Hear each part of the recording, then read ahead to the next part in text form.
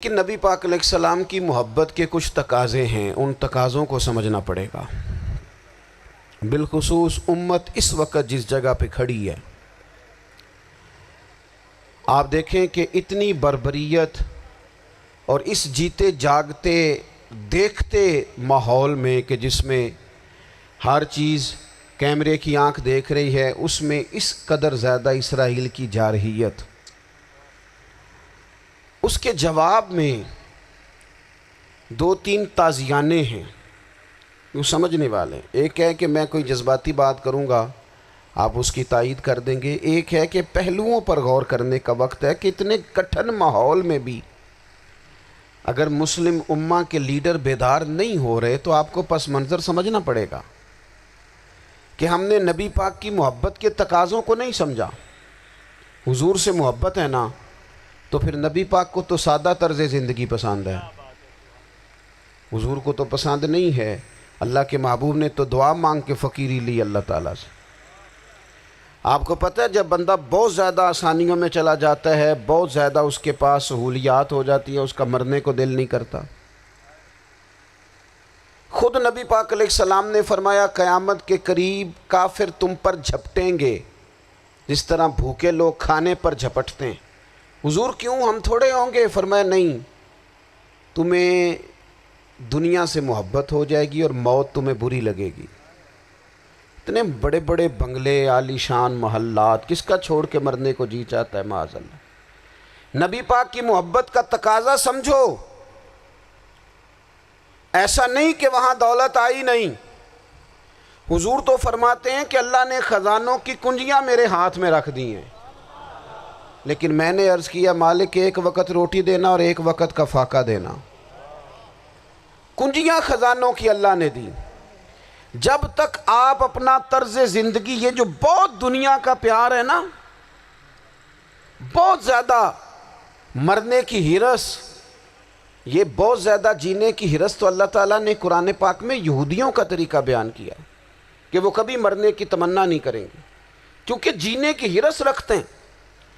نبی پاک علیہ السلام کے غلاموں، طرز زندگی جب تک سادہ نہیں ہوتا اور جب تک یہ دنیا کے جھمیلوں سے کسی کو دولت دے کر پیچھے کر دیا جاتا ہے، کسی کو عہدہ دے کر چپ کرا دیا جاتا ہے، کسی کو اقتدار دے کر چپ کرا دیا جاتا ہے، رسول اللہ صلی اللہ علیہ وسلم کے سچے غلام ان ایک بات کی سمجھ آ گئی تھی کہ ہمیں ہمارے رب نے کہا ہے قُلْ إِن كُنْتُمْ تُحِبُّونَ اللَّهَ فَاتَّبِعُونِي يُحْبِبْكُمُ اللَّهُ۔ اے محبوب آپ ان سے فرما دیں اگر رب سے محبت کرنا چاہتے ہیں تو آپ کی پیروی کریں، اللہ خود ان سے محبت فرمائے گا جب رب بھی ان کا ہو جائے گا، جب رب بھی ان کا کی محمد سے وفاتوں نے تو ہم، یہ جہاں چیز ہے کیا، یہ لوح و قلم تیرے ہیں، اس کا کیا مطلب ہوا؟ لوح و قلم، قلم لکھتی ہے نا تقدیریں، مقدر فیصلے، تو لوح و قلم تیرے ہیں، اس کا مطلب یہ ہے کہ پھر رب کریم تیرے اوپر فضل کرے گا، اور وہ جن فیصلوں کی امت کو دیانت سے چاہت ہے اللہ اپنے فضل سے وہ فیصلے فرمائے گا۔ جب تک زندگی حضور کی غلامی کی طرف نہیں جاتی وہ اللہ تعالیٰ کی تائید نہیں پاتی۔ حضرت عبداللہ ابن حذافہ رضی اللہ تعالیٰ عنہ کو رومیوں نے قید کر لیا تھا، اور جب رومی آپ کو قید کر رہے تھے، پکڑ رہے تھے، جنگ میں کچھ موڑ ایسا آ گیا کہ بظاہر مسلمانوں کے قدم پیچھے ہٹ رہے تھے، تو 1000 آدمی نے، 100 آدمی نے مل کے آپ کے گرد گھیرا ڈالا اور بڑی مشکل سے آپ کو گرفتار کیا۔ جب بادشاہ کے سامنے لے گئے نا، تو بادشاہ سے اس کا سپہ سالار کہنے لگا کہ بندہ ضائع کرنے والا نہیں، یہ بات سمجھیں آپ، ہماری طبیعت کے مطابق جو بندہ پورا نہیں اترتا ہم ضائع کر دیتے ہیں۔ حالانکہ اگر آپ کو مخالف صف میں بندہ کام کا نظر آئے تو آپ غور فرمائیں کہ یہ ہمارے قافلہ محبت میں کیسے شامل ہو سکتا ہے، اس کے لیے جد و جہد کریں تاکہ اس سے کام لیا جا سکے۔ اس نے کہا، روم کے بادشاہ نے، بندہ ضائع کرنے والا نہیں، وزیر نے کہا بادشاہ سے، اس نے کہا کیا کریں؟ کچھ ایسا کریں کہ یہ معاذ اللہ ہمارے دین میں آ جائے۔ اور قرآن مجید نے واضح کہہ دیا ہے کہ یہودی اور عیسائی تم سے راضی نہیں ہو سکتے حتی تتبع ملتہم، جب تک کہ تم ان کے دین کی پیروی نہ کرو، ان کو کسی طریقے سے معاذ اللہ عیسائی بنایا جائے۔ تو بادشاہ کہنے لگا دو تین چیزیں ہیں جس سے کوئی بندہ بھی خریدا جا سکتا ہے، کر لیتے ہیں بات۔ اس نے سب سے پہلے حضرت عبداللہ ابن حذافہ سے کہا کہ جتنے پیسے آپ کہیں گے آپ کو ملیں گے، آپ اس دین میں آ جائیں معاذ اللہ۔ تو حضرت عبداللہ ابن حذافہ نا، کچھ لوگ بڑے سیانے ہوتے ہیں، بردبار ہوتے ہیں، بعض باتوں پر غصہ نہیں کرتے، ہنستے ہیں۔ حضرت عبداللہ ابن حذافہ ہنس پڑے، فرمانے لگے تجھے کس نے بادشاہ بنایا؟ تو بڑا بیوقوف آدمی ہے۔ اس نے کہا کیا مطلب؟ فرمانے لگے نادان، میں تو تلوار لے کے میدان میں آیا ہوں، مجھے دولت کمانی ہوتی میں تجارت کرتا، میں تجارت نہیں کر رہا، میں تو شہادت کے لیے نکلا ہوا ہوں، اور تو مجھے کہہ رہا ہے پیسے لے لے، کو عقل کی بات کر۔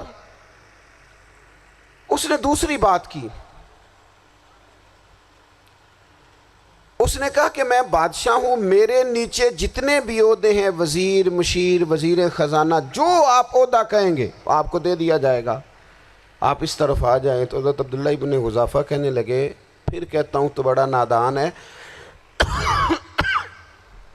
فرمانے لگے میں حضور کا صحابی ہوں، اور صحابی ہونے سے بڑا عہدہ دنیا میں ہے ہی کوئی نہیں۔ صحابہ وہ صحابہ جن کی ہر صبح عید ہوتی تھی، خدا کا قرب حاصل تھا، نبی کی دید ہوتی تھی۔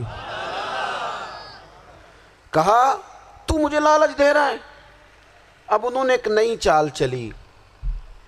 وزیر کہنے لگا کہ میں ایک اور طرح سے معاذ اللہ کوشش کرتا ہوں پگھلا دینے کی۔ آپ اندر کمرے میں قید تھے تو وہاں ایک خاتون کو بنا سنوار کر بھیج دیا گیا۔ دوستو یاد رکھنا، تگڑا اور مضبوط جوان پتہ کون ہوتا ہے؟ جس کی نظریں پوری طرح اس کے کنٹرول میں ہوں۔ یہ علامت جوانی ہے۔ جس آدمی کا پوری طرح، دو لوگ دنیا میں کبھی کوئی کارنامہ سر انجام نہیں دے سکتے، ایک جو حرام کھاتا ہو، ایک جس کی نظر ناپاک ہو۔ محمد بن قاسم جب یہاں آئے تھے نا، تو ایک دن بڑے پریشان تھے، تو ایک بزرگ کہنے لگے آپ کیوں پریشان ہیں؟ کہنے لگے راجہ دہر سے مقابلہ ہے، اور ہماری فوج تو سندھ کے رستے بھی نہیں جانتی، زبان بھی نہیں جانتی، لڑیں گے کیسے؟ دو چار دن کے بعد ان بزرگوں کی دوبارہ محمد بن قاسم سے ملاقات ہوئی تو بڑے خوش تھے۔ کہا اب آپ کیوں خوش ہیں؟ کہنے لگے وہ میرا مقابلہ نہیں کر سکتا، میں نے تحقیق کر لی ہے۔ کہا کیوں؟ کہنے لگے نظر کا گندہ ہے، اور جو نظر کے گندے ہوتے ہیں وہ میدانوں میں ٹھہرا نہیں کرتے۔ میدان کے لیے نکلنے کے لیے پاک جوانی کی ضرورت ہوتی، تطہیر مزاج ہونا ضروری ہوتا ہے، پاکیزہ افکار اور سچی اور سچی ستھری سوچوں کا ہونا ضروری ہوتا ہے۔ اس لیے فرمایا کہ میرا مقابلہ نہیں کر سکتا۔ حضرت عبداللہ ابن حذافہ کمرے میں تھے، تو وزیر کی بیٹی اندر سجی سنوری پہنچ گئی۔ جیسے ہی آپ نے اس کفر کی چال کو دیکھا تو تیمم کر کے نفل شروع کیے۔ وہ ساری رات بیٹھی رہی، رب کا بندہ ساری رات عبادت کرتا رہا۔ عبادت بڑا سہارا ہے، مصلی بڑا سہارا ہے اللہ کے بندوں۔ صبح دروازہ کھولا، وزیر نے اپنی بچی سے پوچھنا چاہتا تھا رزلٹ کیا نکلا، تو وہ کہنے لگی پیچھے ہٹ جا، اب تیرا میرا تعلق کوئی نہیں، میں نے نبی پاک کا کلمہ پڑھ لیا۔ اس نے کہا میں نے بھی زمانہ دیکھا ہے، پر یہ کیا لوگ ہیں، کستوری کے بنے ہوئے، سندل سے دھلے ہوئے، کہ میں ساری رات کمرے میں رہی اور 100 اور 1000 آدمی جس جوان کا مقابلہ نہ کر سکے، اتنا طاقتور جوان کمرے میں رہا اور اسے نظر اٹھا کے نہ دیکھا۔ او کچا رنگ للاری والا جڑا چڑھدا تے لیندا رہندا ہے، اے عشق تیرے دا رنگ محمد چڑھیا پھر نہیں لیندا۔ میں نے کہا ایک دفعہ نظر اٹھا کے نہیں دیکھا، کمال ہو گئی۔ اتنے بڑے لوگ، اتنی بڑی سعادت مندی، فیروز بختی، معاملہ فہمی حد ہو گئی۔ اللہ اکبر۔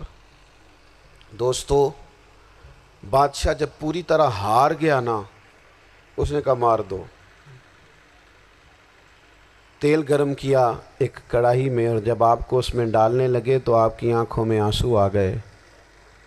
بادشاہ کا خیال ہوا شاید نرم ہو گئے ہیں، کہنے لگا روئے کیوں؟ فرمانے لگے سوچتا ہوں جان ہی ایک ہے، کتنا مزہ ہے اس کی راہ میں جان دینے کا، کتنی لذت ہے اس کے نام پر مرنے میں، کتنا لطف ہے۔ جے تو چڑھیا اتے دار بھی نہیں تے جے تو وکیا عشق بازار بھی نہیں تے ایڈا سستا سودا پیار بھی نہیں تے ایڈا سستا لبدا یار بھی نہیں۔ کئی جنگل گانے پیندے نہیں، کئی دوزخ لنگنے پیندے نہیں، جے وہ اس ملوں بھی مل جاوے ایدوں سستا ہور بپار بھی نہیں۔ تے کچھ سمجھ نہ آوے لوکاں نوں وہ کادے نال شہید کرے، ڈٹھی یار دے ہاتھ تلوار بھی نہیں پر او دا خالی جاندہ وار بھی نہیں۔ کہنے لگے ایک جان ہے نا، تو دل کرتا ہے ہزاروں ہوتی تو ایک ایک کر کے محبوب کے نام پہ قربان کرتا، جب میرے پاس ہے ہی ایک، کروں کیا؟ حضرت عبداللہ ابن حذافہ رضی اللہ تعالیٰ عنہ جب روئے اور بادشاہ نے یہ بات سنی تو بادشاہ اٹھ کے کھڑا ہو گیا، سارے وزیروں مشیروں کو کہنے لگا تم نے کہا تھا نا بندہ ضائع کرنے والا نہیں، یہ بھی ضائع کرنے والا نہیں۔ کہنے لگا میرا ماتھا چومو، تم جیسے لوگوں کو قتل نہیں کرنا چاہیے، آزاد کرنا چاہیے۔ عزیز اپنی زندگی سے نا یہ بہت زیادہ ہرس، ہوس، طمع، اور یہ کسی بات کی بھی ہو، ہرس صرف پیسوں کی نہیں ہوتی ہے، شہرت کی بھی ہوتی ہے،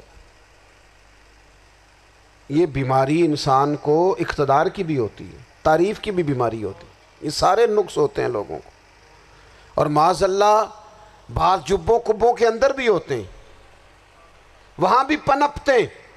اپنی زندگی جب تک اس سادگی میں نہیں لاؤ گے جو رسول پاک نے عطا فرمائی ہے، جب لوگ آسانیوں میں پوری طرح الجھ گئے تو پھر وہ دور ہوئے اور کفر چڑھ گیا۔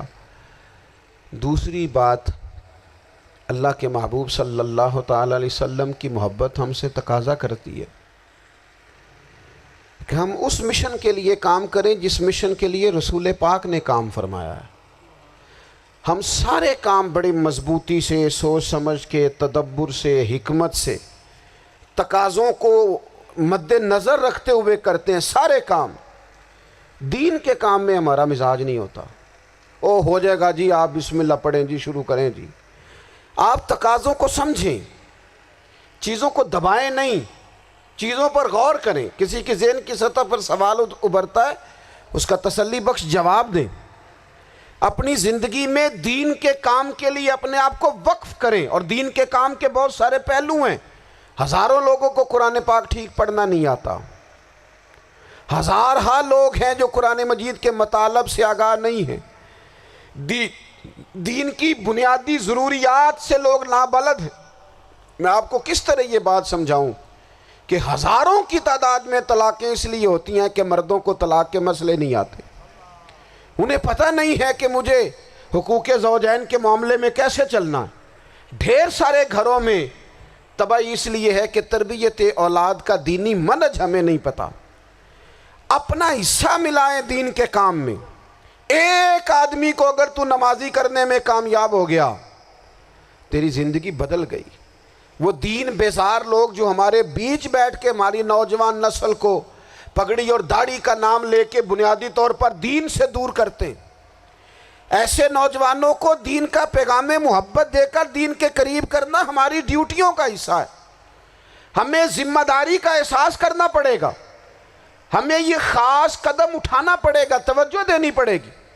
مساجد، مدارس، میں آپ سے عرض کروں، اتنی ڈٹ کے مخالفت ہوتی ہے نا مدرسوں کی، اتنی ڈٹ کے۔ میں ادارہ چلاتا ہوں، اس کے چلانے میں جو مشکلات ہیں وہ تو ہم بتا نہیں سکتے آپ کو، اس لیے کہ میری قوم، میرا اس قوم سے تعلق ہے جو نعت خواں امیر کرنا چاہتی ہے، مدرسے نہیں۔ ہاں نقیب خطیب پیدا کرنا چاہتی ہے، شعر و شاعری کی زندگی کو پروان چڑھانا چاہتی ہے۔ فقط ہمارا ان لوگوں سے تعلق ہے جو لاکھوں کروڑوں روپیہ محافل پہ لگائیں گے، اور قاری صاحب بیچارے اگر مسجد کا کوئی ہونے والا کام کسی وقت بتا دیں گے تو وہ بڑی مشکل آ جائے گی ان کے لیے، یہ کیسے ہو سکتا ہے؟ آپ نے یہ ڈیوٹی بتا دی مدارس، اور جتنا اہم رول دین کو پھیلانے میں مدارس اسلامیہ کا ہے، اتنی زبردست۔ لوگوں کا خیال ہوتا ہے میری طرح کے لوگ شاید کام کرتے ہیں، ڈیوٹی کرتے ہیں۔ یہ 10-15 لوگ آپ کو نظر آتے ہیں جو آپ کو کہیں میڈیا پر یا ادھر ادھر ڈیوٹی کرتے، مخلص لوگ اپنی جگہ پہ، وہ بھی بڑا ہی کام کر رہے ہیں، جو میڈیا پہ آ کے بھی اخلاص سے اور درد دل سے کو دین کی، ان کی بھی کسی بات کی حوصلہ شکنی نہیں، لیکن ہزارہا اساتذہ جو مدارس میں بیٹھ کے پڑھاتے ہیں، جنہوں نے وہ سارے لوگ تیار، آپ سمجھ نہیں سکتے کتنا بڑا کام۔ حفظ کا استاد جو ہوتا ہے نا، اس کی ڈیوٹی 24 گھنٹے ہوتی ہے فجر سے پہلے، اور اس نے بچوں کو اٹھانا ہے۔ تنخواہ تو ہم انہیں دینا نہیں نہ چاہتے جی، تنخواہ نہیں دی انہوں نے، ہمیں مولوی امیر نہ ہو جانا، مولوی نو تے سوٹ بھی 27ویں والی رات دے ہے تاکہ کدھر سوان کے عید والے دن پا نہ لوے، چونکہ 27ویں تو بات تے درزی پھڑتا ہی کوئی نہیں، کیوں حضرت؟ ایسے ہی ہے نا، اس وقت تو نہیں نہ لیتا، تو ہم چاہتے ہیں مولوی ہماری مرضی کے ہماری طرح کا سوٹ نہ پہن لے۔ مدارس کی مضبوطی آپ یہ دیکھ لیں، یہ صلاح الدین ایوبی کا تعلق بھلا کس چیز سے تھا؟ غوث اعظم کے مدرسے سے۔ حضور غوث اعظم کے مریدوں کی جماعت اس کے ساتھ شامل تھی۔ کون لوگ تھے جنہوں نے مدارس سے فیض پایا؟ رازی اور غزالی، حضور غوث اعظم، خواجہ اجمیر، یہ سب لوگ مدارس کے لوگ ہیں۔ کمزوریاں ہیں، غلطیاں ہیں، بہت ساری چیزوں کی اصلاح کی ضرورت ہے، لیکن یہ دین کا بہت بڑا قلعہ ہوتا ہے مدرسہ، لیکن اس کی مخالفت کی جاتی ہے۔ مجھے بتائیے، اگر مدرسوں میں کمزوریاں ہیں تو کالجوں یونیورسٹیوں میں نہیں ہیں؟ ہم نے کبھی مخالفت کی ہے بند کر دو سارے؟ لیکن لوگوں کا جب خیال آتا ہے، جب ہمارے ایک سابقہ وزیر صاحب تھے سر راہ، کسی دعوت میں میری ان سے ملاقات ہو گئی تو انہوں نے کہا مدرسوں کا کردار کیا ہے آج کے ماحول میں؟ میں نے انہیں کہا کہ مختلف کورسز آپ کراتے ہیں نا، تو اس کے لیے پھر مختلف ویکنسیز ہوتی ہیں، جہاں بچوں کو مدرسے کا کورس کرایا جاتا ہے تو استاد بننا ہوتا ہے، اس نے خطیب بننا ہوتا ہے، مسجد کی ڈیوٹی کرنی ہوتی ہے۔ میں نے کہا آپ بالکل کوئی حکومت سرپرستی نہیں کرتی، لیکن اللہ کا فضل ہے، کبھی آپ نے کوئی مسجد سنی ہے جس میں جمعے والے دن مولوی نہ ملا ہو جمعہ پڑھانے کے لیے؟ کبھی آپ کو رمضان میں ایسی مسجد ملی ہے جس میں قرآن مجید سنانے کے لیے حافظ نہ ملا ہو؟ یہ ہو سکتا ہے کسی حافظ کو مسجد نہ ملے۔ تو مدارس کے ذمے جو کام تھا مدارس نے جم کے کیا ہے اور ڈٹ کے کیا اللہ کے فضل سے۔ اور مدارس کے لوگوں کو بھی کمزور نہیں پڑنا چاہیے، کبھی کسی وزیر مشیر مالدار کے روب میں نہیں آنا چاہیے، قطعاً نہیں۔ کیوں؟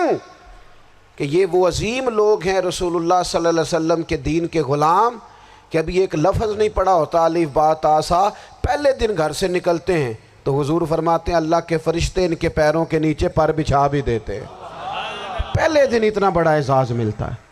تو حضور کی محبت کا تقاضا ہے، دین کا کوئی کام کیا جائے۔ ایک خاتون مسجد نبوی شریف میں جھاڑو دیتی تھی، پر کوئی کام تو کرتی تھی نا۔ اور کس مسجد میں؟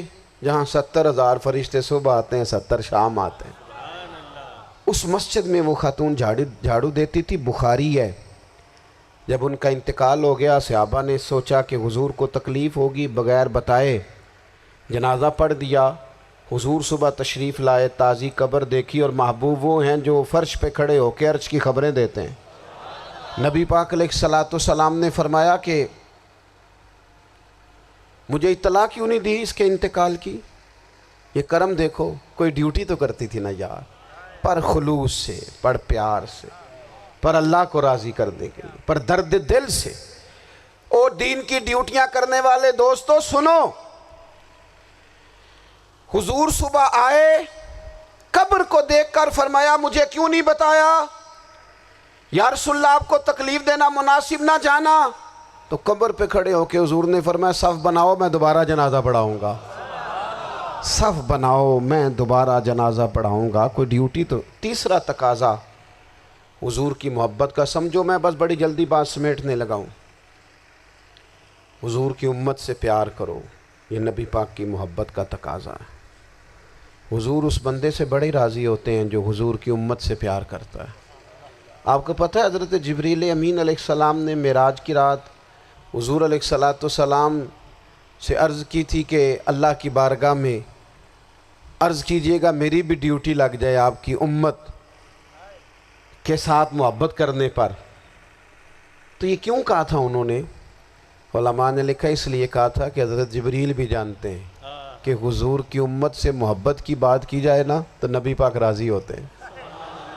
امت سے پیار کرو گے نا، امت سے ایک صرف بات کا خیال رکھنا، عقیدہ برا ہو تو بات دوسری ہے، ورنہ میرے محبوب کی امت کا ایک ایک شخص جو مدینے والے کا کلمہ پڑھتا ہے، جو حضور کا غلام ہے، اس کے بارے میں اپنے دل میں گنجائش رکھنا، پیار رکھنا، وارفتگی رکھنا۔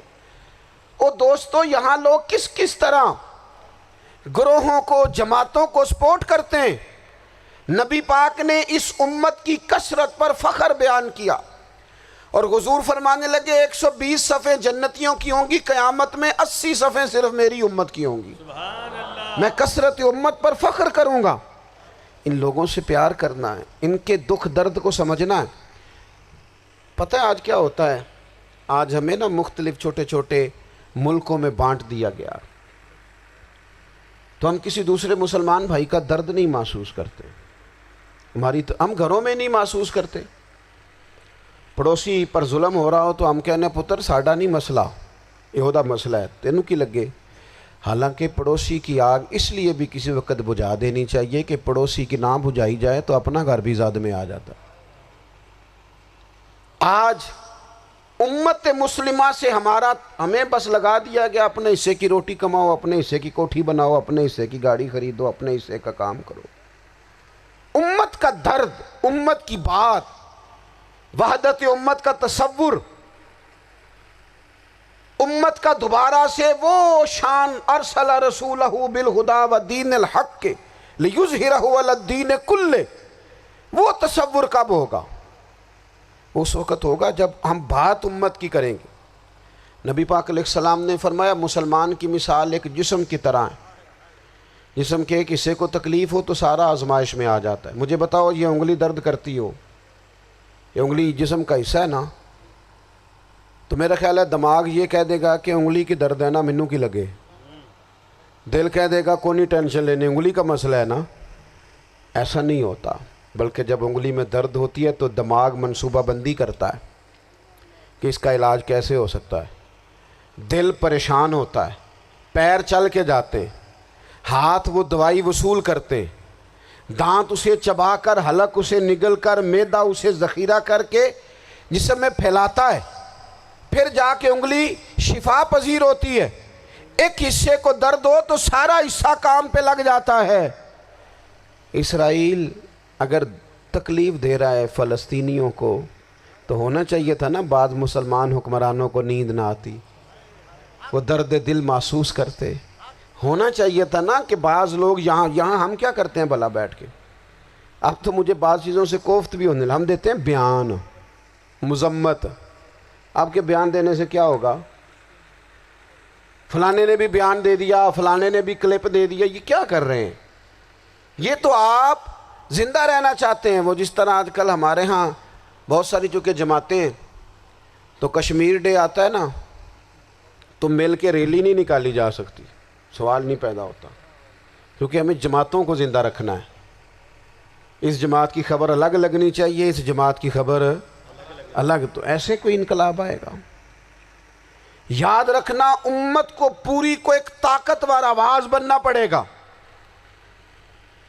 ہمیں تھوڑا تھوڑا اوپر اٹھ کے سوچنا پڑے گا۔ خدا را اللہ تعالیٰ مجھے معاف کرے اگر کوئی بات میں ستی کر رہا ہوں، دل کی گہرائی سے عرض کرتا ہوں اب تو بڑا سخت وقت آ گیا۔ اب چونکہ اب تو کیمرے کی آنکھ آئی ہے تو وہ زخمی بچے دیکھے نہیں جاتے، وہ تڑپتی مائیں دیکھی نہیں جاتی، وہ سسکتی اور آواز دیتی بیٹیاں سنی نہیں جاتی۔ وہ آوازیں ایسی ہیں جیسے وہ رات کے سناٹوں میں چیخیں بن کے لوگوں کو جگایا کریں گی۔ خدا را کچھ جرم ایسے ہوتے ہیں جن کی سزائیں بڑی سخت ہوتی ہیں، جن کی معافی بڑی مشکل سے ہوتی۔ اپنے اندر جذبہ ایمانی پیدا کریں۔ اور میرے دوستو بستر پر بھی تو لوگ ماری جایا کرتے ہیں نا، اپنی زندگی رسول اللہ صلی اللہ علیہ وسلم کے دین کے نام کرو. جذبہ جہاد، شوق شہادت اور عشق رسول، یہ عناصر ہیں جو امت مسلمہ کو پیروں پر کھڑا کریں گے. 2 منٹ کے لیے سوچو، امت اگر اسی طرح کٹتی رہی، پریشان رہی، دکھتی رہی، اور باری باری کر کے، اقبال نے کیا کہا تھا؟ اس نے کہا تھا وطنوں میں، انہوں نے کہا تھا کہ ان تازہ خداؤں میں بڑا سب سے وطن ہے، جو پیرہن اس کا ہے وہ مذہب کا کفن ہے. تو اقبال ہم کیا کریں؟ کہنے لگے بازو تیرا توحید کی قوت سے قوی ہے، اسلام تیرا دیس ہے، کیونکہ تو مصطفی ہے. تو بحیثیت مسلمان سوچنا شروع کر، بحیثیت مسلمان. اور یوں تو سید بھی ہو، مرزا بھی ہو، افغان بھی ہو، تم سبھی کچھ ہو، بتاؤ کہ مسلمان بھی ہو. تمہارے اندر کہیں سے کوئی مومن بھی بولتا ہے کہ نہیں؟ علاقائی تعصبات اور ملکی سرحدوں میں قید ہو جانے والوں، تم ایک نبی کی امت ہو. کیوں نہیں سمجھتے کہ جب کشمیر کی بیٹی روتی ہے تو مدینے والے محبوب پاک علیہ السلام کی امت کی بیٹی روتی ہے، جب فلسطین کی بیٹی روتی ہے تو امت کی بیٹیاں روتی. خدا را کچھ درد دل اپنی طبیعت میں پیدا کریں. میں حکمرانوں کی بات نہیں کرتا، میں تو عام لوگوں سے ایسے تبصرے سنتا ہوں جو نہیں کرنے چاہیے. وہ نہیں جی نہیں، دوسرا رخ بھی دیکھو. عام آدمی اٹھ کے، عام لوگ بھی یہ خطرناک سوچیں اور ان سے خوفناک نتائج برآمد ہوں گے. تو 3 باتیں میں نے آپ کی خدمت میں عرض کی ہیں. ایک تو کوشش کریں اپنی زندگی کے اندر کہ زندگی کو سادہ کریں. پیسہ ضرور کمائیں لیکن پیسے سے پیار نہ کرو، پیار تو مدینے والے رسول سے کرنا. دولتیں، ہرس، ہوس، طمع، ان سے باہر آؤ. اور دوسری گزارش آپ کی خدمت میں یہ عرض کی ہے، کچھ نہ کچھ دین کا کام، اور اس میں بھی شہرتوں سے بچتے ہوئے، تصویروں سے بچتے ہوئے. میں ہر محفل میں شاید کہتا ہوں میری فوٹو آ رہی ہے اور لائیو آ رہا ہے اور فلاں ہو رہا ہے، لیکن اس محفل کا خوبصورت انسان وہ ہے جو سب سے پیچھے بیٹھا ہے. وہ کسی فوٹو کے لیے نہیں آیا. اور میں ڈھیر سارے لوگ دیکھ رہا ہوں، یہ جو آگے بیٹھ جاتے ہیں بعض اوقات 5، 7، 10 لوگ، یہ بڑی تصویر سازی کرتے ہیں، لیکن جو پیچھے بیٹھے ہوتے ہیں ان کی کوئی فوٹو نہیں آتی. اور میں نے بہت سارے لوگوں کو دیکھا ہے کبھی موبائل کو ہاتھ بھی نہیں لگاتے، لیکن جن کے لیے آئے ہیں انہیں تو پتہ ہے نا کون کون آیا ہے. اور کچھ دین کے لیے کریں. اور تیسری گزارش آپ کی خدمت میں یہ ہے کہ امت بن کر بھی ضرور سوچیں اور امت کے دکھوں کا مداوع بھی کریں اور امت مسلمہ کا درد بھی اپنے سینے میں ضرور محسوس کریں. اللہ تعالی ہماری اس بزم کو. جی ایک بات اور سن لیں جی. نبی پاک علیہ السلام نے ارشاد فرمایا، لائیں جی، حضور سید عالم علیہ السلام نے ارشاد فرمایا کہ جب تک بندہ اللہ کے بندوں کی مدد میں رہتا ہے نا، اللہ بھی اس کی مدد کرتا رہتا ہے. یعنی اگر آپ امت کے لیے سوچتے ہیں، کوئی امت کے لیے فکر پیدا کرتے ہیں، کچھ امت کی سوچیں لاتے ہیں تو اللہ بھی مدد فرمائے گا. اور یہ بات اچھی طرح یاد رکھیں، جب بھی بندہ کوئی ایسا کام کرتا ہے نا جو خالص اللہ کی رضا کے لیے ہو تو رب کی مدد ضرور آتی ہے. وَلَقَدْ نَصَرَكُمُ اللَّهُ بِبَدْرٍ وَأَنْتُمْ أَذِلَّةٌ. تو یہ کام کریں گے تو اللہ کی مدد بھی آئے گی. اللہ توفیق عطا فرمائے. وَمَا عَلَيْنَا إِلَّا الْبَلَاغُ. مصطفیٰ